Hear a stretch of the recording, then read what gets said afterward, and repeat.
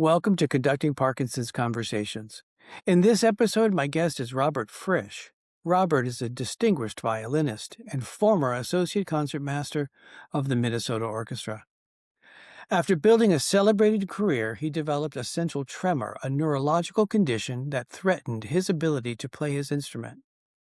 In 2010, Roger underwent deep brain stimulation surgery in which electrodes were implanted to regulate abnormal signals. Remarkably, he played his violin during the surgery to help guide its precision.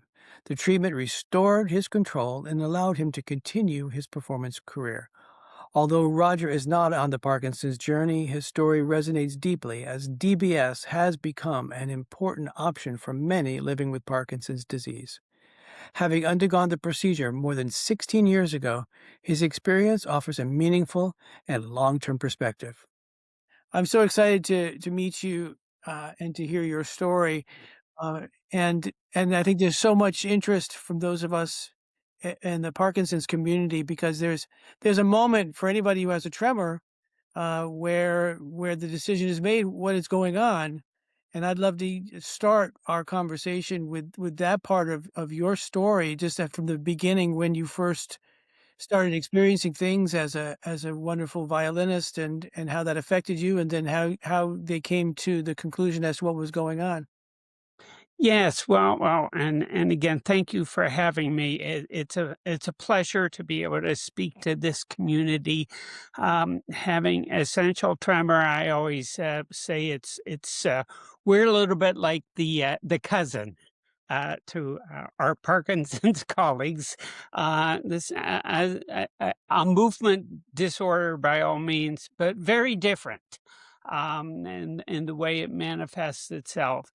In my case, as a professional violinist, at the point of the career, when I first experienced it, I was probably 35 years into my career playing with the Minnesota Orchestra, and I had never experienced any tremor. And eh, I was had an opportunity to tour throughout China and was playing a very difficult piece, the Red Violin by John Corigliano. I started the first rehearsal. Now, I have to set this up a little bit. I had just flown. It was took about a 24 hours of flying between here in Minnesota to to Beijing, and I finally got to the hall, had a 2-hour rest, and then I had to start the rehearsal. The timing with scheduling was that tight. So I started this very difficult piece, which starts with a slow, very long bows where the orchestra has this low, very low pedal. And I noticed this isn't right. There's a little shake in my bow arm. And I said, okay, I just traveled 24 hours. I'm going on very little sleep. It'll be fine by tomorrow. Well, it wasn't fine by the next day. Um, and then I proceeded for the next 2 weeks to tour throughout China. I spent a week with the orchestra, and then I spent the second week playing recitals throughout China, and this shaking in my arm, which I had never experienced, it, it was really bugging me. So I started the search. And we're very fortunate here in the Minneapolis-St. Paul area that the medical community is very deep. So we have a lot of doctors to draw from. And I thought, fortunately, I'm in an area where I could find somebody very easily. Uh, I couldn't. There was no one who had an answer for me. Wow. The initial diagnosis was overuse, which Mm. is very logical. So I requested a month off from the Minnesota Orchestra, and they were more than gracious to give that to me, and I didn't play for an entire month. But then I returned, and so did the tremor.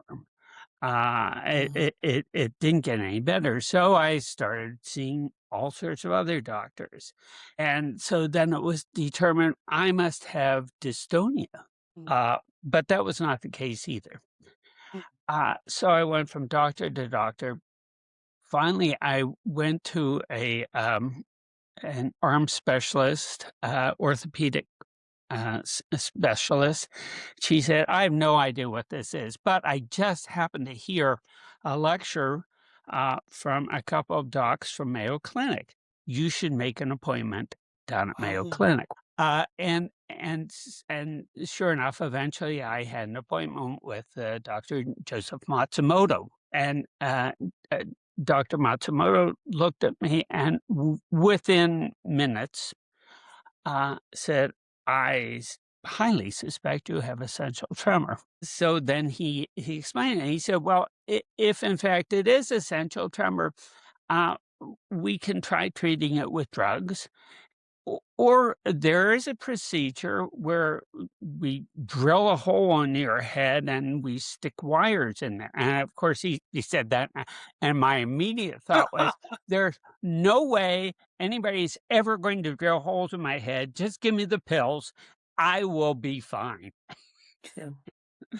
So I took the pills, and unfortunately, you can't perform in front of 2,000 people 3-4 times a week, um, giving performances and beyond this medication. It just doesn't work. It either made me very hyper or very sleepy, depending on what they gave me. And So when you just some questions. So back when you were in China, you had no tremor or anything before this trip to China, like no uh, inkling at all.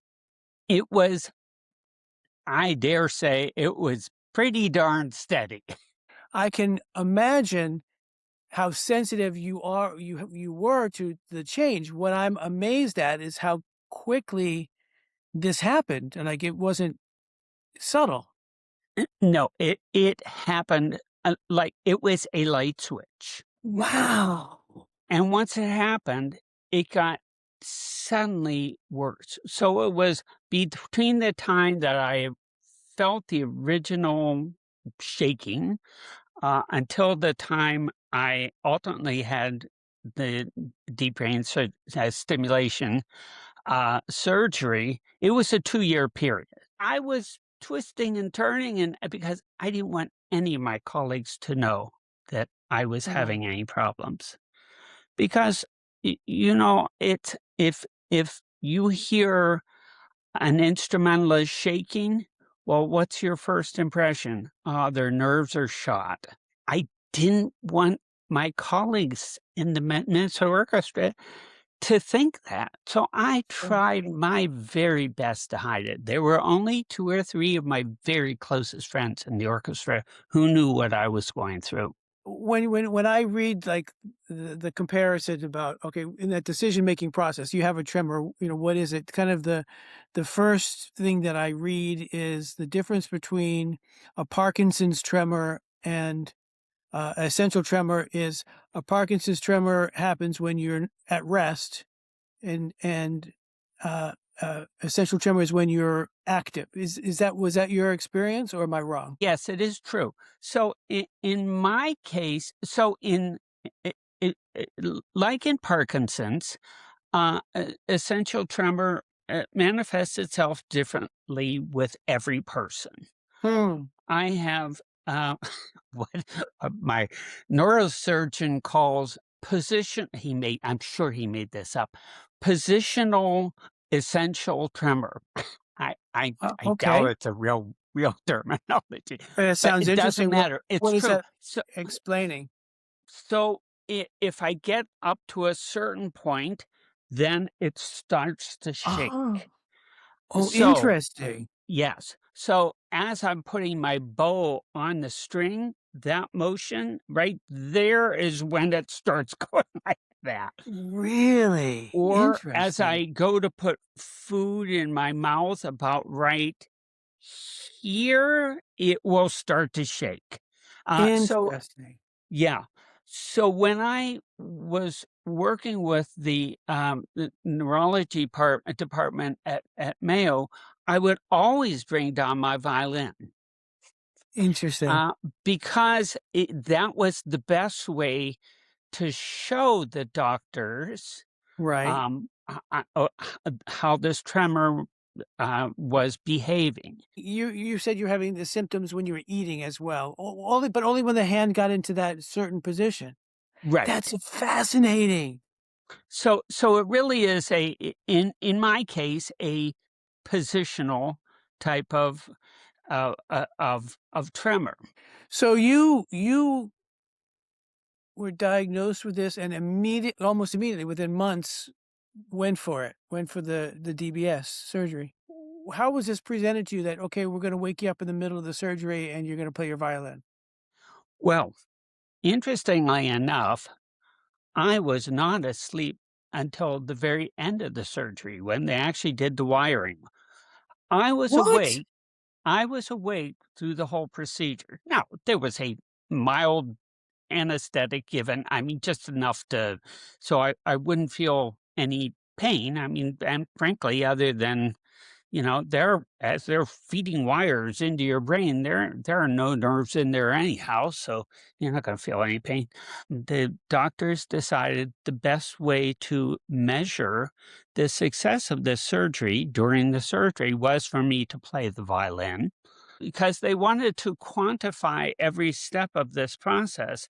On top of the bow, um, I spent 2 days in the bowels of Mayo Clinic, where no one knows it exists, working with the medical engineers, to develop how they were gonna do this surgery with the violin and make it, get as much data as possible.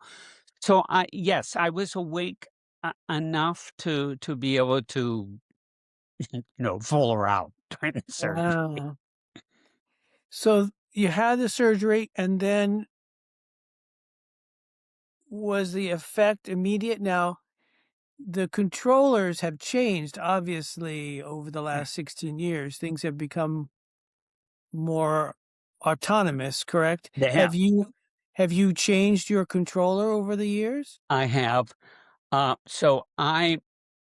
You'll have a choice, and even 16 years ago, you had the choice of having a rechargeable or just a permanent battery.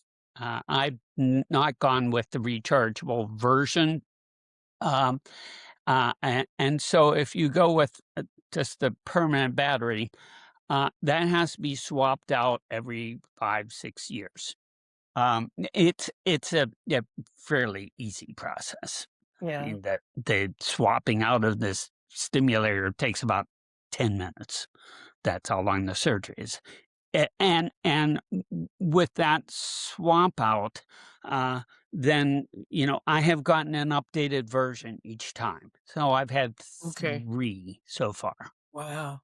Yeah, and 3 in 16 years is pretty That's good. a that's amazing. Yeah, No, that's amazing. And yeah. now, when you first had it, did you have an interaction with it, or was it all completely automated? It did its thing on its own? It stayed on its own.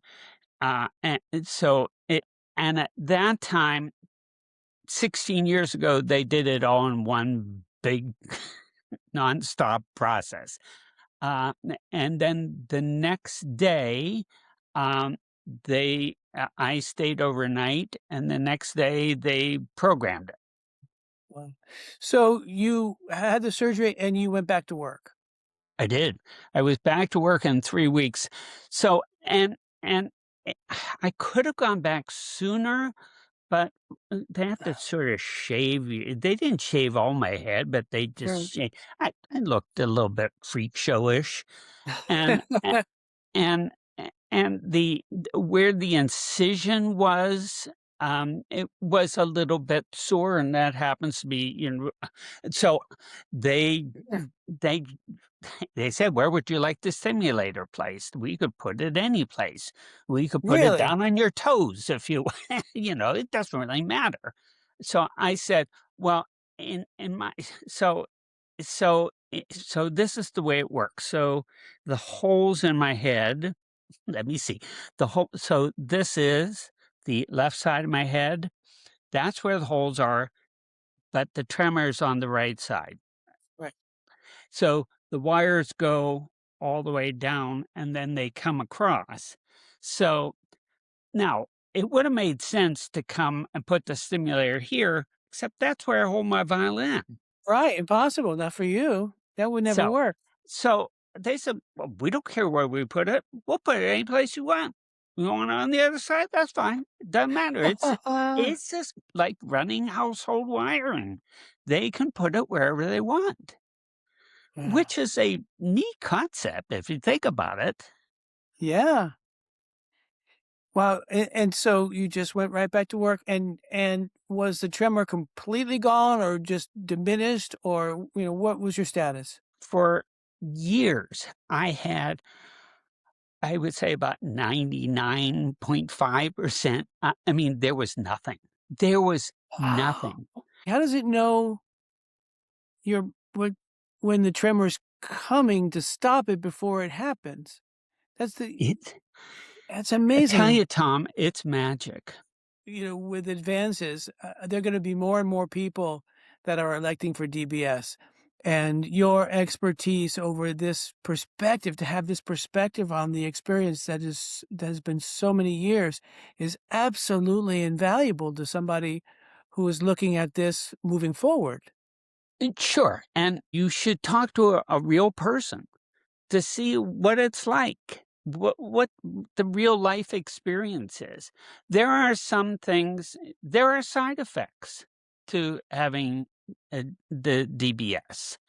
There are words that I just avoid because I can no longer form those syllables. Um, and Really? some people get that, and some people don't. And these are, some side effects which are common, but not to everyone. Um, I have tremendous balance issues. I'm always walking into walls. I find no end of humor in me walking into walls because otherwise, it happens a lot. If I turn around, I often can't get going the other way. And so, there are some balance issues. A fair trade-off, I would say, though, for someone saying, "Okay, your career is over, or we can do this surgery, and here, we're gonna give you all these additional years of of the thing you love." Um, no, my Wow, career doesn't outdo my faith, or it doesn't do my love of my family, but, it's right up there. And that's beautiful. yeah, and I was not ready to give it up, and to have that as an option for me was a gift. That is beautiful. Well, I always finish my conversations with the same question, but I have to edit the question for you a little bit because there's always question if and when you encounter somebody who's just starting the Parkinson's journey for the first time, what would you say to them? But I would say to you, if and when, and you do, as you said, often interact with people that are contemplating DBS, um, what words of encouragement do you give them? I would first talk to your doctor and see what the options are. Because, besides deep brain stimulation, there's also the focused ultrasound, which they're doing now, something which has a similar result, but a very different procedure. So, we now have the two options, which was not an option for me 16 years ago. But I would also try to find someone who is experiencing the same. So figure out if you have essential tremor or Parkinson's. And sometimes at the beginning, it's not all that easy to figure out, to narrow down which one of the two you have. Some people have both. Uh, so, uh, so, uh, but find someone to talk to. I am always happy to speak with people, and for those of my friends who have Parkinson's and essential tremor, I don't know one person who has not gone out of their way to do exactly what you're doing. I can't thank you enough for having this venue for it's an education tool for all who listen, so thank you very much. Well, thank you. Um, it's gratifying to be able to help anybody who gets faced with either diagnosis, because your first reaction is to feel so alone, like, and so to meet someone like you that has this tremendous experience and perspective is just such a gift that you give other people. So thank you so much. And thank you so much for sharing time with me this afternoon. Sure, of course, and my pleasure.